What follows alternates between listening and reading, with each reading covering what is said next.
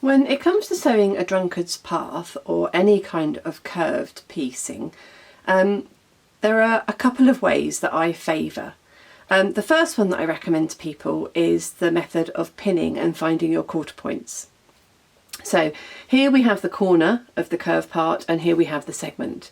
And what I've done is I've just folded the segment in half and pressed a crease in, and then I've folded that segment in half again to find the quarter points. And then I've done exactly the same here on this section.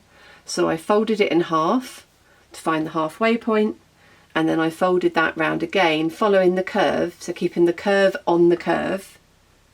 And now I've got my quarter points there as well. So when you're folding, always keep the curve on the curve. Having done that, you can now bring them over right sides together and line your creases up. Oh, that's a bent pin, we don't want a bent pin. And pin in there. Bring this one down here so it is exactly straight on the edge, because that's exactly how you want it to be. You want a straight finish to the edge of your block. And then do the same up here. Straight finish, so straight of the corner piece, straight onto the segment. And then you can match up your quarter point folds.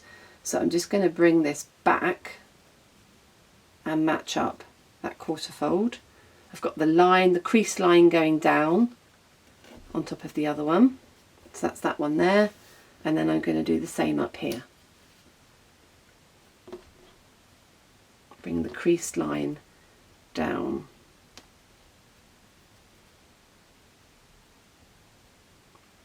So there's my crease line down on top there.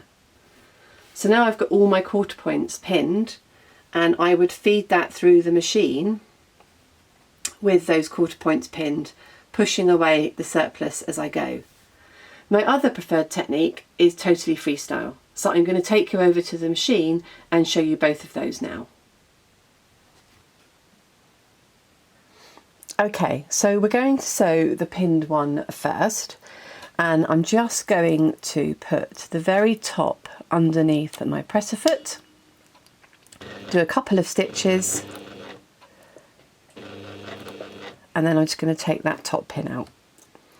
Okay, so we're just going to bring the edges so that they are meeting exactly with the white fabric, and then I'm just going to push these folds away from the edge of the dark fabric, and we're just going to go round there. Oops, really slowly, keeping the edge of the presser foot on the edge as we go, and just keeping all of that fabric nicely lined up. I am even sewing over some of the pins. Going to take that one out as I get to it. Sometimes I know with this machine I can. It's not good practice, but sometimes I do on jobs like this when there's a lot going on.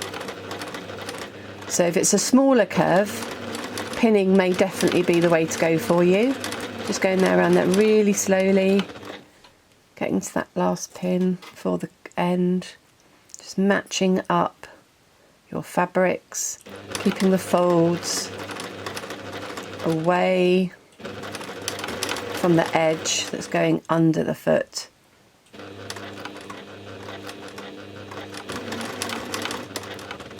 Take that last pin out and then just hold that last bit of fabric really carefully.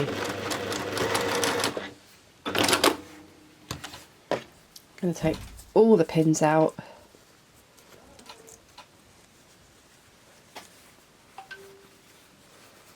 And you can see that that's gone in really well. Okay, so that was the pinned version. So this is the bit that might freak some of you out. I'm actually a really big advocate of not pinning. So to start with, I've got my segment piece and I've got my corner piece. And I'm just going to make sure that those are beautifully matched in that corner. And I'm going to pop that straight underneath the machine.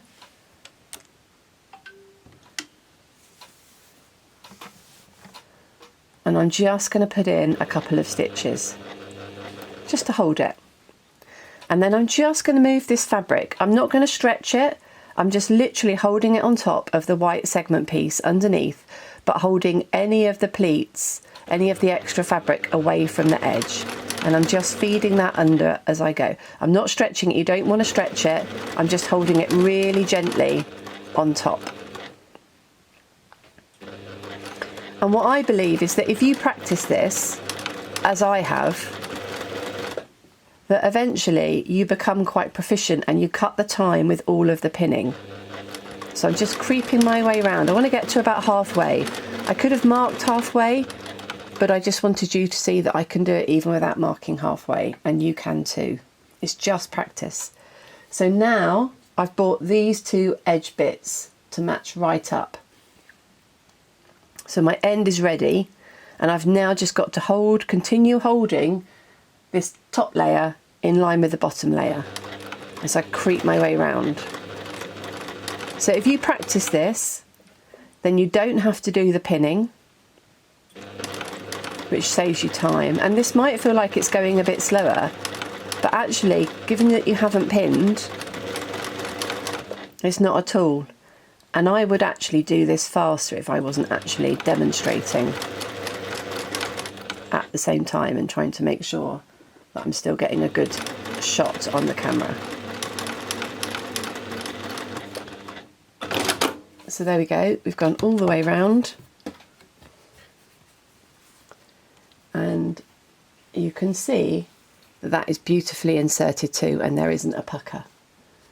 So as with anything in life, curves is all about practice, and just cut yourself a load and have a go, and you'll be amazed at how much better you get with just a little bit of practice. And so here we have those two curves. I've given them both a quick press. This was the one that was pinned. You can see the segments are still in it. This was the one that was completely freehand. And you'll see that these bits down here and up here and here are all relatively tidy and in line as well. So I encourage you to give both techniques a go and just practice. It's amazing what a little bit of time and a few samples can do.